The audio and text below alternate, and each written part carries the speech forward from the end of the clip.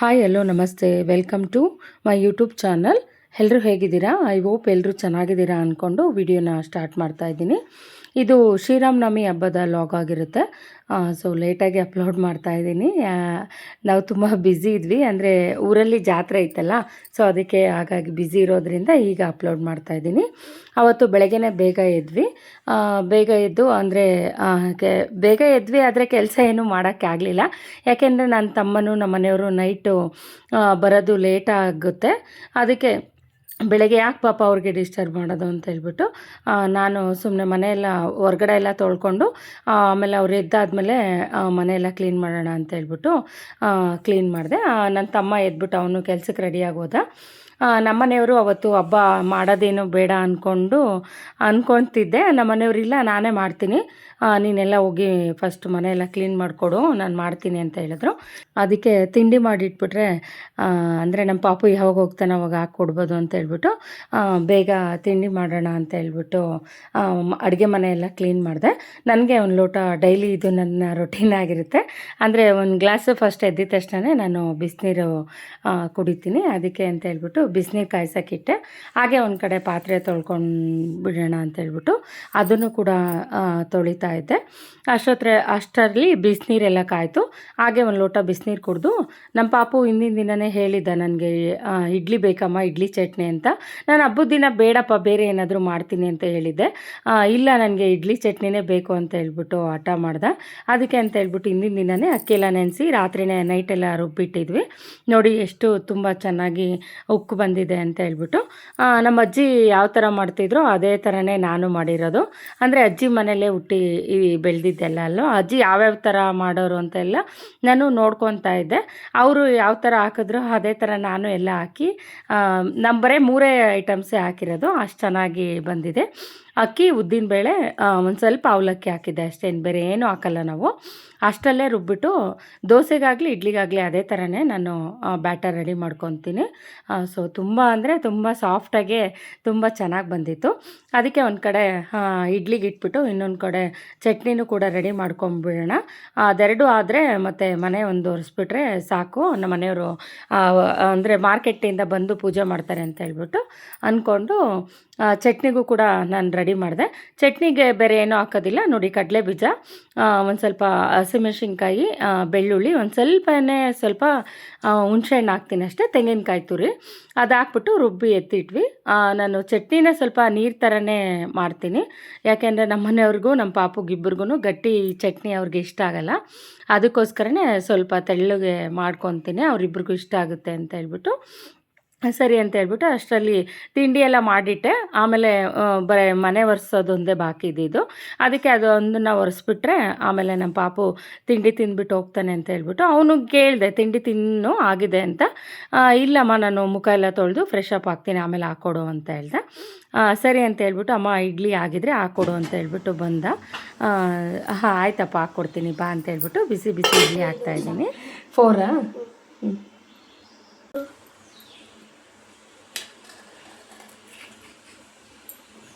ಚೆನ್ನಾಗೈತೆ ಇಡ್ಲಿ.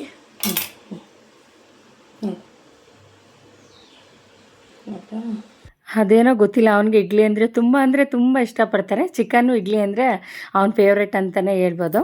ಅದಕ್ಕೆ ಅಂತಲೇ ಅವನು ಬೇಗ ತಿಂದ್ಬಿಟ್ಟು ಅಮ್ಮ ಟೈಮ್ ಆಗುತ್ತೆ ಸ್ಕೂಲಿಗೆ ಹೊರಡ್ತೀನಿ ಅಂತ ಹೇಳ್ಬಿಟ್ಟು ಹೇಳ್ದ.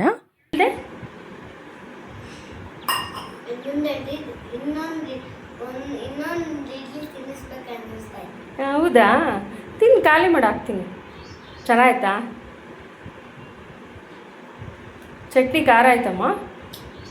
ನೀನು ತಿಂತೀಯ ಅಂತಲೇ ಚಟ್ನಿ ಖಾರನೇ ಹಾಕಿಲ್ಲ. ಚೆನ್ನಾಗಿ ಅಂದರೆ ಕಡಿಮೆ ಹಾಕಿದ್ದೀನಿ. ಅಷ್ಟರೊಳಗಡೆ ನಮ್ಮ ಮನೆಯವರು ಮಾರ್ಕೆಟಿಂದ ಅಂದರೆ ನಾವು ಊರಿಗೆ ಹೋಗಬೇಕು ಅಂತ ಹೇಳ್ಬಿಟ್ಟು ನಾನೇನು ತರಿಸಿರ್ಲಿಲ್ಲ ತರಕಾರಿ ಎಲ್ಲ. ಅದಕ್ಕೆ ಇಲ್ಲ ಹೋಗಿ ತೊಗೊಂಡು ಬರ್ತೀನಿ, ಕೊತ್ತಂಬರಿ ಸೊಪ್ಪು, ಹಸಿಮೆಣ್ಸಿನ್ಕಾಯಿ, ಹಾಗೆ ತರಕಾರಿ ಏನೂ ಇರಲಿಲ್ಲ, ಎಲ್ಲ ತೊಗೊಂಬರ್ತೀನಿ ಅಂತೇಳಿ ತೊಗೊಂಡು ಬಂದು ಕೊಟ್ಟು ಸ್ನಾನ ಮಾಡ್ಕೊಂಡು ಬಂದುಬಿಟ್ಟು ನೋಡಿ ಅವರೇ ಅಂದರೆ ಹೆಸರುಬೇಳೆ ಎಲ್ಲ ನೆನೆ ಹಾಕ್ತಿದ್ದೆ. ಅಂದರೆ ಅದು ಸ್ವಲ್ಪ ಹೊತ್ತು ನೆನಿಬೇಕಲ್ವಾ, ಅದಕ್ಕೆ ಫಸ್ಟು ಅದನ್ನು ಹೆಸರುಬೇಳೆ ನೆನಾಕಿ ಇಟ್ಟು ಆಮೇಲೆ ಪಾನಕ ಎಲ್ಲ ರೆಡಿ ಮಾಡಿಕೊಂಡು ಆಮೇಲೆ ಪೂಜೆಗೆಲ್ಲ ರೆಡಿ ಮಾಡ್ಕೊತೀನಿ ಅಂತ ಹೇಳ್ಬಿಟ್ಟು ಅವರು ಅದನ್ನು ಮಾಡ್ಕೊತಿದ್ರು. ಒಂದು ಸೈಡು ನಮ್ಮ ಪಾಪು ನಾನೇ ರೆಡಿ ಆಗ್ತೀನಮ್ಮ ಅಂತ ಹೇಳ್ಬಿಟ್ಟು ಅವನೇ ಸ್ಕೂಲಿಗೆ ಅವತ್ತು ಶುಕ್ರವಾರ ಅವತ್ತು ಅದಕ್ಕೆ ಅಲ್ವಾ ಶುಕ್ರವಾರ ಬಂದು ಅವನಿಗೆ ಕಲರ್ ಡ್ರೆಸ್ ಇರುತ್ತೆ. ಸೊ ಅದಕ್ಕೆ ಅವನು ಕಲರ್ ಡ್ರೆಸ್ ಎಲ್ಲ ಹಾಕ್ಕೊಂಡು ರೆಡಿ ಆಗ್ತಿದ್ದ. ಇದು ಪಾನಕಕ್ಕೆ ಅವರು ಬರೀ ಸಕ್ಕರೆ ಮತ್ತು ಏಲಕ್ಕಿ ಎರಡೇ ಹಾಕ್ಬಿಟ್ಟು ಮಾಡ್ತೀನಿ ಕಣ್ರಿ, ಬೇಗ ಆಗುತ್ತೆ ಅಂತ ಹೇಳಿದ್ರು. ಸರಿ ನೀವು ಹೆಂಗಾದರೂ ಮಾಡಿ ಬೇಗನೆ ಮಾಡಿ ಅಂತ ಹೇಳ್ಬಿಟ್ಟು ನಾನು ಸುಮ್ಮನೆ ಇದ್ದೆ. ಆಮೇಲೆ ನಿಂಬೆಹಣ್ಣು ಹಾಕೋದು ಅವರು ಮರ್ತೋಗ್ಬಿಟ್ಟಿದ್ರು.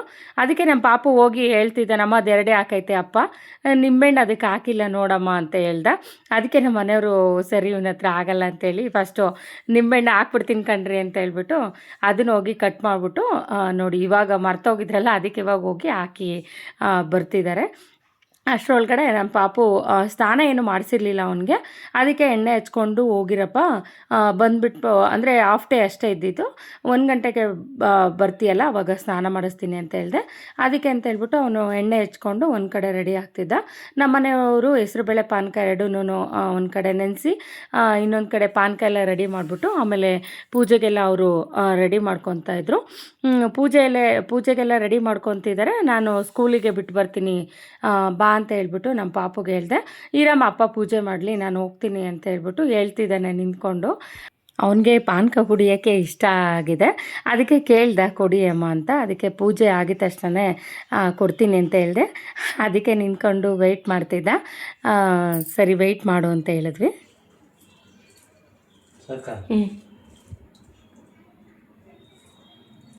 ಅವಕ್ಕೂ ಎಲ್ಲ ಒಂದೊಂದು ಹೆಸರು ಬೇಳೆಗೂ ಚಿಕ್ಕಷ್ಟೇ. ನಮ್ಮ ಮನೆಯವರು ಕೇಳ್ತಿದ್ದಾರೆ ಎಷ್ಟೆಷ್ಟು ಇಡಬೇಕು ಅಂತ ಹೇಳ್ಬಿಟ್ಟು ಪ್ರಸಾದಕ್ಕೆ. ನಾನು ಸ್ವಲ್ಪನೇ ಇಡಿ ಅಂತ ಹೇಳ್ಬಿಟ್ಟು ಒಂದು ಗ್ಲಾಸ್ ತೊಗೊಂಡು ಇಡಿ ಮಜ್ಜಿಗೆ ಪಾನಕನ ಅಂತೆಲ್ಲ ಹೇಳಿದೆ.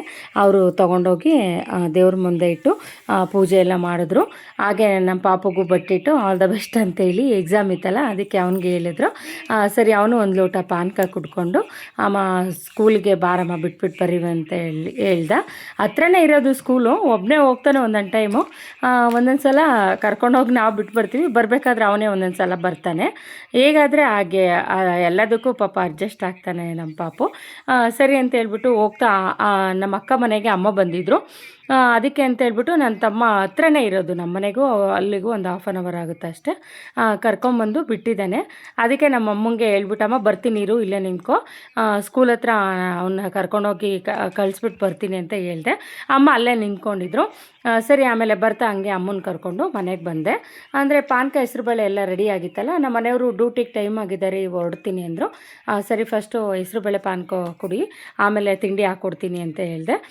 ಸರಿ ಅಂತ ಹೇಳ್ಬಿಟ್ಟು ನಮ್ಮ ಮನೆಯವ್ರ ಹೆಸರುಬೇಳೆ ಪಾನಕ ಎಲ್ಲ ಕುಡಿದ್ರು. ಅಮ್ಮಂಗೂ ತೊಗೊಂಡೋಗಿ ಕೊಟ್ಟೆ. ಅಮ್ಮ ಇಲ್ಲ ಇವಾಗ ತಿಂಡಿ ತಿಂದಿದ್ದೀನಿ ಅಂತ ಹೇಳಿದ್ರು. ಇಲ್ಲಮ್ಮ ಸ್ವಲ್ಪ ಆದರೂ ಕುಡಿ ಅಂತ ಹೇಳ್ಬಿಟ್ಟು ಸ್ವಲ್ಪನೇ ಹೆಸರುಬೇಳೆ ಸ್ವಲ್ಪ ಪಾನಕ ತೊಗೊಂಡೋಗಿ ಅಮ್ಮಂಗೂ ಕೊಟ್ಟೆ. ನಮ್ಮ ಮನೆಯವರು ಡ್ಯೂಟಿಗೆ ಟೈಮ್ ಆಗಿದೆ, ನಾನು ತಿಂಡಿ ತಿಂದ್ಬಿಟ್ಟು ಹೊಡ್ತೀನಿ ಅಂತ ಹೇಳ್ಬಿಟ್ಟು ಅವರು ಕೂಡ ತಿಂಡಿ ತಿಂದು ಹೊರಟ್ರು. ಅಮ್ಮಂಗೆ ಬಲವಂತ ಮಾಡಿ 2 ಇಡ್ಲಿನೂ ಸ್ವಲ್ಪ ಚಟ್ನಿ ಹಾಕ್ಕೊಟ್ಟೆ. ಬೇಡ ಅಂತ ಅಮ್ಮ ಭಾಳ ಹೇಳಿದ್ರು. ಅಕ್ಕ ಮನೆಗೆ ತಿನ್ಕೊಂಬಂದಿದ್ರಂತೆ, ಅಲ್ಲೂ ಕೂಡ ಅವಳು ಚಿತ್ರಾನ್ನ ಏನೋ ಮಾಡಿದ್ಲಂತೆ, ತಿಂದು ಬಂದಿದ್ದೀನಿ. ಮತ್ತು ನನಗೆ ಊರಿಗೆ ಹೊರಡೋಕ್ಕೆ ಟೈಮ್ ಆಗುತ್ತೆ ಅಂತ ಹೇಳ್ಬಿಟ್ಟು ಹೊರಟ್ರು. ಸೌತೆಕಾಯಿ ನಿಂಬೆಹಣ್ಣು ಒಂದು ತಗೊಂಡಿದ್ದೀನಿ, ಸೌತೆಕಾಯಿ ತಗೊಂಡಿದ್ದೀನಿ. ಸಾಕಪ್ಪ ನನಗೆ. ಅಲ್ಲ ಇನ್ನೊಂದು ಸೌತೆಕಾಯಿ ಅಮ್ಮ ಊರಲ್ಲಿ ಒಂದೇ ಇರೋದಲ್ವ, ಅದಕ್ಕೆ ಒಂದೇ ಒಂದು ಸೌತೆಕಾಯಿ, ಒಂದು ನಿಂಬೆಹಣ್ಣು, 1-2 ಹಸಿಮೆಣಸಿನ್ಕಾಯಿ ತೊಗೊಂಡಿದ್ದೀನಿ. ನಾನು ಇವಾಗ ಹೋಗಿ ಪೂಜೆ ಮಾಡ್ತೀನಮ್ಮ ಅಂತ ಹೇಳಿದ್ರು. ನಾವು ಹಬ್ಬದ ದಿನ ಹೋಗ್ಬೇಡ ಇರು ಅಂತ ಭಾಳ ಹೇಳಿದ್ವಿ ಅಮ್ಮಂಗೆ. ಇಲ್ಲಮ್ಮ ವರ್ಷಕ್ಕೊಂದು ಹಬ್ಬ ನಾನು ಹೋಗಲೇಬೇಕು, ಮನೇಲಿ ಪೂಜೆ ಮಾಡಲೇಬೇಕು ಅಂತ ಹೇಳ್ಬಿಟ್ಟು ಹೊರಟ್ರು. ಅಲ್ಲಿ ಬಸ್ ಸ್ಟ್ಯಾಂಡ್ಗೆ ಬಸ್ ಹತ್ತಿಸ್ಬಿಟ್ಟು ಬರೋಣ, ನನಗೇನು ಕೆಲಸ ಇರಲಿಲ್ಲ, ನಮ್ಮ ಪಾಪು 1 ಗಂಟೆಗೆ ಬರೋದಲ್ವ, ಅಷ್ಟರಲ್ಲಿ ಬಸ್ ಹತ್ತಿಸ್ ಬರೋಣ ಅಂತೇಳಿ ಕರ್ಕೊಂಡು ಹೋದೆ. ಅಲ್ಲಿ ನೋಡಿದ್ರೆ ಒಂದು ಬಸ್ ಇಲ್ಲ. ಒಂದು 1/2 hour ವೆಯ್ಟ್ ಮಾಡಿದ್ವಿ ಅಮ್ಮ ನಾನು. ತುಂಬ ಬಿಸಿಲಿತ್ತು ಪಾಪ, ಅವ್ರು ಹಂಗೂ ಕೂತ್ಕೊಂಡಿದ್ರು. ಸರಿ ಅಂತೇಳಿ ಯಾವುದೋ ಒಂದು ಸಿವಿಲ್ ಯಾವುದೋ ಬಂದರೂ ಪರವಾಗಿಲ್ಲಮ್ಮ ಹೋಗ್ತೀನಿ ಅಂತ ಹೇಳ್ಬಿಟ್ಟು ಭಾಳ ಹೊತ್ತು ನಿಂತ್ಕೊಂಡು ವೆಯ್ಟ್ ಮಾಡಿದ್ರು. ಸದ್ಯ ಗೌರ್ಮೆಂಟ್ ಬಸ್ಸೇ ಒಂದು ಬಂತು. ಅಂದರೆ ಅಮ್ಮರೂರ ಹತ್ರನೇ ಒಂದು ಸ್ವಲ್ಪ ದೂರ ಇರೋ ಹತ್ರನೇ ಹೋಗುತ್ತೆ.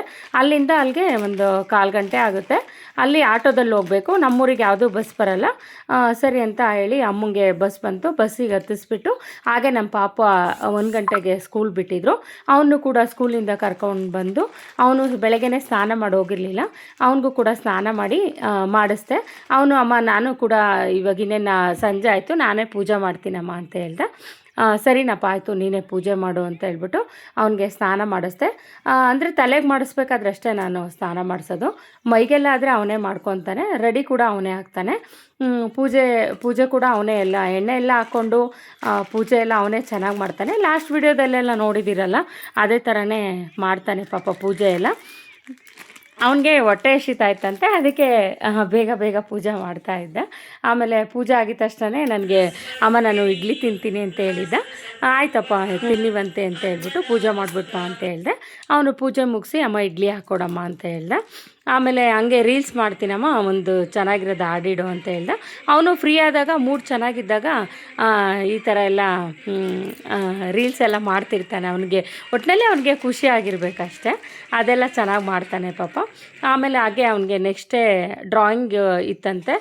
ಅದಕ್ಕೆ ಅಂತ ಹೇಳ್ಬಿಟ್ಟು ಮನೇಲಿರೋದೆಲ್ಲ ಸ್ಕೆಚ್ ಪೆನ್ನು ಮತ್ತು ಕ್ರೇಯನ್ಸ್ ಎಲ್ಲ ತೊಗೊಂಡು ಅಳ್ಕೊಂಡು ಕೂತ್ಕೊಂಡಿದ್ದ. ಮತ್ತು ನೈಟ್ ಆಯಿತು. ಆವಾಗ ನಮ್ಮ ಫ್ರೆಂಡು ಅವರು ಹಬ್ಬಕ್ಕೆ ಊಟಕ್ಕೆ ಕರೆದಿದ್ಲು. ಅಲ್ಲೇ ಹೋಗಿ ಊಟ ಮಾಡ್ಕೊಂಡು ಬರೋಣ ಅಂತೇಳಿ ಊಟ ಮಾಡ್ಕೊಂಬಂದ್ವಿ. ಅಲ್ಲಿಂದ ಬಂದಾದಮೇಲೆ ಅಮ್ಮ ನಾನು ಕೇರಮ್ ಮಾಡಬೇಕು ಅಂತ ಹೇಳ್ದೆ. ಇಬ್ಬರು ಕೂತ್ಕೊಂಡು ಆಡ್ತಾಯಿದ್ದೀವಿ ನೋಡಿ.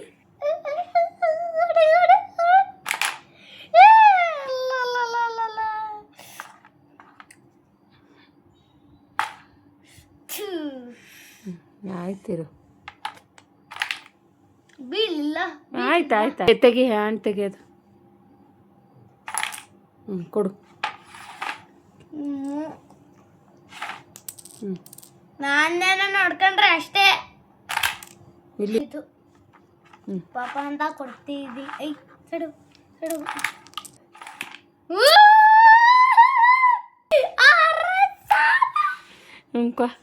ಆಟ ಆಡಬೇಕಾದ್ರೆ ಅಂತೂ ತುಂಬ ತರಲೆ ಮಾಡ್ತಿರ್ತಾನೆ. ಅವನು ಯಾವ ಕಡೆ ಪಾನ್ ಬೇಕಂದ್ರೂ ಇಟ್ಕೊಂಡು ಹೊಡಿಬೋದಂತೆ, ನಾವು ಮಾತ್ರ ಹೊಡಿಬಾರ್ದಂತೆ. ಆ ಥರ ಎಲ್ಲ ಮಾಡ್ತಿರ್ತಾನೆ. ಸರಿ ಹೆಂಗೋ ಅವನು ಖುಷಿಯಾಗಿ ಆಡಿದ್ರೆ ಸಾಕು. ಪಾಪ ಇಲ್ಲಿ ಯಾರೂ ಹುಡುಗರಿಲ್ಲ, ಅವನು ಒಬ್ಬನೇ ಆಡ್ತಿರ್ತಾನಲ್ಲ, ಅದಕ್ಕೆ ಬೇಜಾರು. ನಾನಾಗಲಿ ಅವ್ರ ಅಪ್ಪ ಆಗಲಿ ಈ ಥರ ಆಡ್ತಿರ್ತೀವಿ. ಓಕೆ, ವಿಡಿಯೋನ ಇಲ್ಲಿಗೆ ಎಂಡ್ ಮಾಡ್ತಿದ್ದೀನಿ. Thank you all.